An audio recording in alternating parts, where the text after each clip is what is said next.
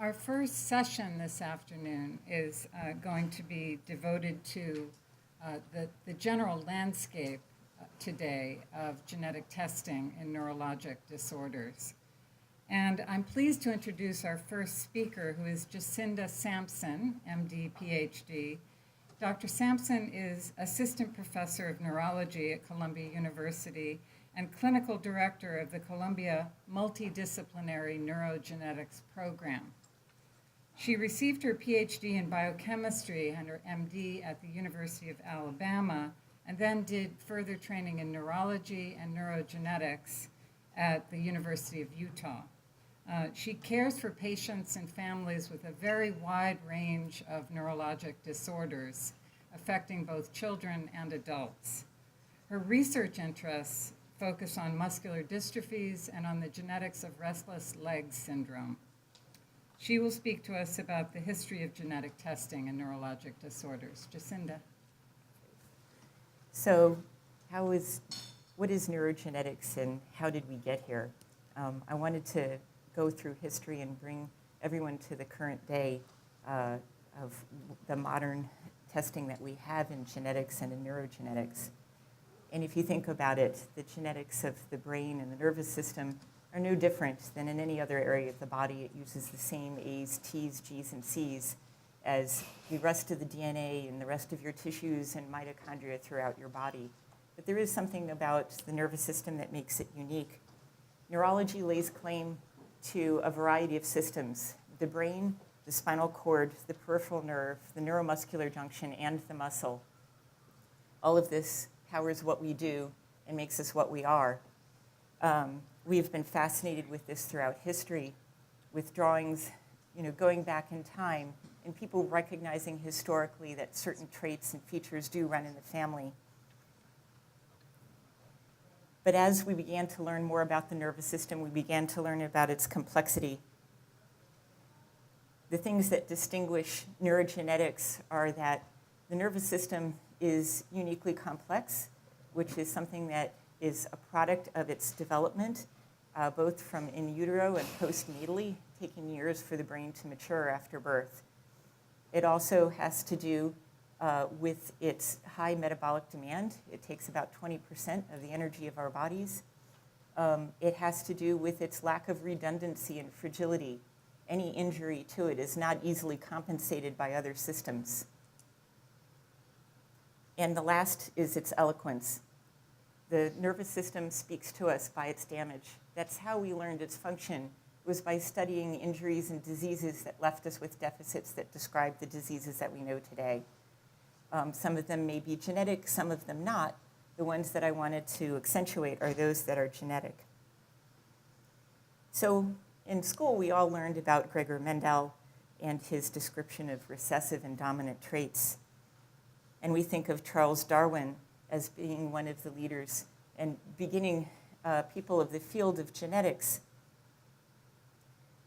Some of the disease that I want to use as an example today began before that. Edward Murrian first described in 1852, very lucidly and poetically for many pages that I will summarize, on the granular and fatty degeneration of the voluntary muscles. And he describes the case of a child who was apparently healthy, though with late walking milestones and movements of an inactive kind up until age 6. Though at age 7, he could walk a mile without resting. At age 8, stairs became difficult. 11, he underwent Achilles tendon surgery, rather remarkable for that day and age when you think about the history of surgery at that time, and was given iron braces to help support the child. At age 14, his arms began to weaken, and at age 16, he died of a fever. This report was remarkable because it began to describe the pathology that went with this. So post-mortem, he described the scoliosis, narrow chest, and contractures that were seen. At that point, they thought the heart and lungs were normal, but the muscles showed atrophy and were soft, almost bloodless. And though the muscular fibers appeared to exist, yet they were not of a deep red color seen in the healthy natural state. And then he goes on to describe the microscopic changes that were seen. In the course of this paper, he says, he reviews the brothers of this child who are similarly affected and says, by the fourth child, none of anyone would be surprised by the presentation of this boy compared to his brothers. And yet, there are 6 girls, but none of them show the slightest tendency to the same form of the disease. The name for this disease was given to Duchenne, who later described it described the histopathology using what he called a harpoon that we would call a needle biopsy, the changes that were in the muscle, as well as the clinical course. The fact that this disorder was sex-linked was emphasized by William Bateson in 1909. This is when these variations in man began to be described further. And among the other sex-linked disorders that he described, including hemophilia and colorblindness, he included Gower's disease, which was the name for Duchenne at that time. But even before the gene was identified or the protein understood, he said, in Gower's disease, perhaps there is more than one condition. So he at that time described phenocopy before we even understood the substrate of genetic inheritance. He also described manifesting carriers at that time, saying that recessiveness in females is not universal. The genetic revolution really began with Watson, Crick, and Franklin when they defined the structure of DNA.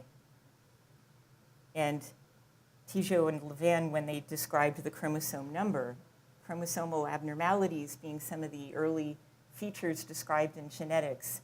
If you think of Down syndrome, chromosome, or trisomy 21, or Turner's syndrome, these are discoveries that led from these early descriptions under the microscope of the genome wrapped around histones and coiled and folded into these units that we know as chromosomes. Around 1962, again, before we knew the gene or the sequence, we were able to track inheritance using biomarkers. The word biomarker was not even used at that time, but they looked at an enzyme called creatine kinase that an injured muscle leaks out into the blood and can be a measurable change. They found that carriers of mothers of Duchenne muscular dystrophy, the carriers, had an elevated CK level, and they were able to identify this at a variety of ages, even children. They also defined the concept of de novo mutations, that 10 of the 17 of their cases they hypothesized were due to new mutations in the mother or grandmother because there was no CK elevation to go with the family history of Duchenne and their sons. So any tool that came upon the scene was applied to the problem of Duchenne muscular dystrophy, every advance in genetics. And linkage analysis is one of these tools. There are many ways that you can perform linkage analysis, which is basically comparing unaffected and affected individuals using markers along the genome. Now, whether that's a marker that's a susceptibility to a cleavage by an endonuclease or a polymorphism in sequence or a single nucleotide variant, all of these things can be used to narrow the region where we would expect a gene to be found. And Kay Davies was the first to find DNA sequences that flanked that marker, or flanked the gene. And immediately, this was applied clinically. Peter Harper, in his work, showed that they could use chorionic villi to track the inheritance of those markers, even though the gene was yet unknown, to determine whether a fetus might be affected or not. And that this technique had originally been described with the hemoglobinopathies and was being applied for the Duchenne muscular dystrophy population. We got closer by going back and looking at chromosomes further, looking at translocations that told us breakpoints, that it must be nearer or further from.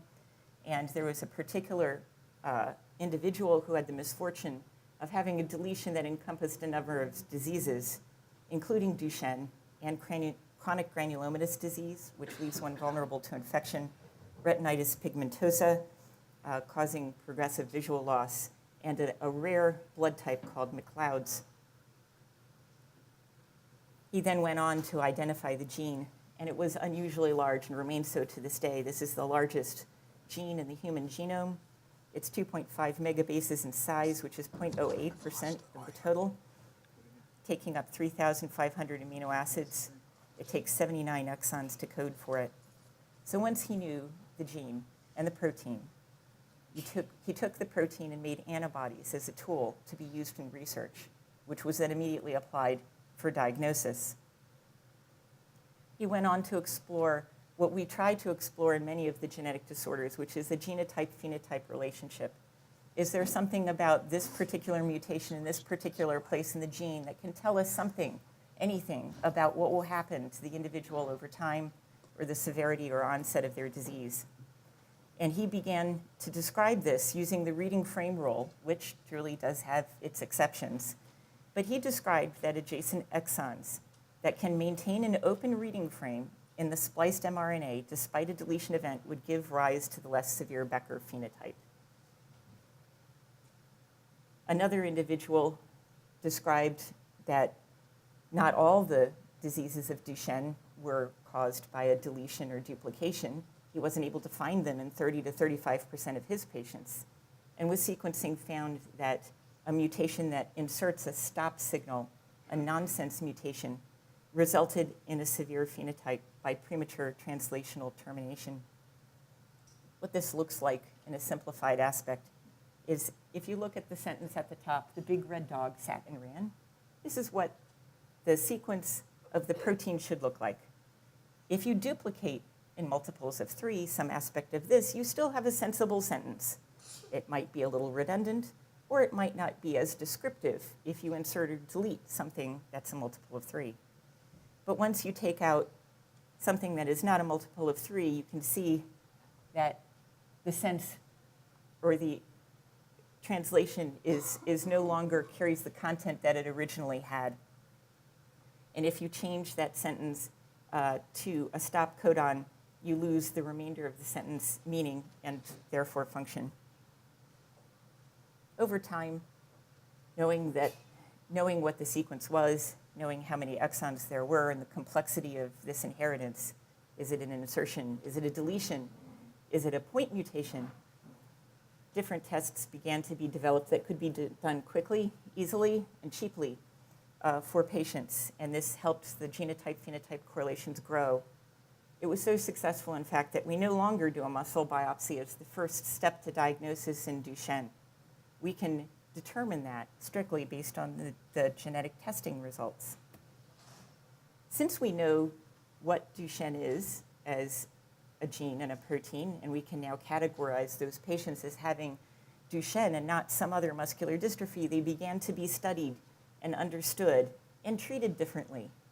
And so over time, an experiment with steroids showed that ambulation was prolonged, and other more aggressive interventions, not invented for Duchenne, but applied to it from other diseases, such as non-invasive positive pressure ventilation and heart failure medical management, helped improve survival. So even in the absence of a definitive genetic therapy, survival doubled from the original instance that I gave of the child who was 16 to now in the 30s. And I have children who have grown up and graduated onto adult neurogenetics clinic, who have completed college, going on to law school, having active and full lives. But they want to have a full and active life. And so research has been continuing, and some of the advances in gene-targeted therapy that have come from all of the history that came before are just very briefly described on this screen. Because stop mutations were known to cause some 11 to 13% of the diseases, gentamicin, its mechanism of action in killing bacteria as an antibiotic, was applied to cells and found that you could make it run that abnormal stop sign, that it did not have the context clues that would make it a normal stop like other proteins. And once this proof of principle was shown with gentamicin by injection into muscle, other less toxic agents were developed over time. Efforts for gene replacement were tried. Dystrophin is so huge you can't fit it in a single virus. So a stripped down version called a mini dystrophin that has the minimum necessary elements to the protein was packaged into a virus and delivered to muscle. And these tests are ongoing. And then is there some way we can fix these deletions and insertions by skipping over exons to put things back in the frame, to follow the reading frame rule? And this has been begun by several groups. And as you can see that if the set S has been deleted by disease, if we delete an adjacent exon, we might be able to put things back in frame again. One of the things that is now history, as of a few weeks ago, is that one of these medications for stop codon read-through is going to receive provisional approval in Europe for Duchenne muscular dystrophy. And hopefully in time, it can be applied to other diseases that also are caused by nonsense mutations. So dystrophinopathy has been a very useful window into our history of genetics. You need to understand an inheritance pattern, and in this case, it was sex-linked, which narrowed things down terrifically. And then you narrow it further by chromosome abnormalities, deletion mapping, and linkage. And then once you have the gene and the protein, you can follow biomarkers, and you can identify carriers, prenatal testing. You can identify genotype-phenotype relationships that can help you tell prognosis. You can understand phenotypes in order to improve clinical care and to develop gene therapies. So this is not only true for Duchenne muscular dystrophy, this is true for the host of disorders that affect the nervous system. Everything from developmental disorders such as autism or cerebral malformations, vascular problems such as aneurysms, arterial venous malformations, things involving the metabolism, both storage diseases and mitochondrial disorders, neurodegenerative diseases from Alzheimer's to ataxias, to Huntington's, to Charcot-Marie Tooth. All of these things can apply these principles to understanding those disorders better and in the development of therapies. And now, with this, we are at the modern time, and Dr. Chung can tell us about the latest and greatest in genetic testing that goes from here. So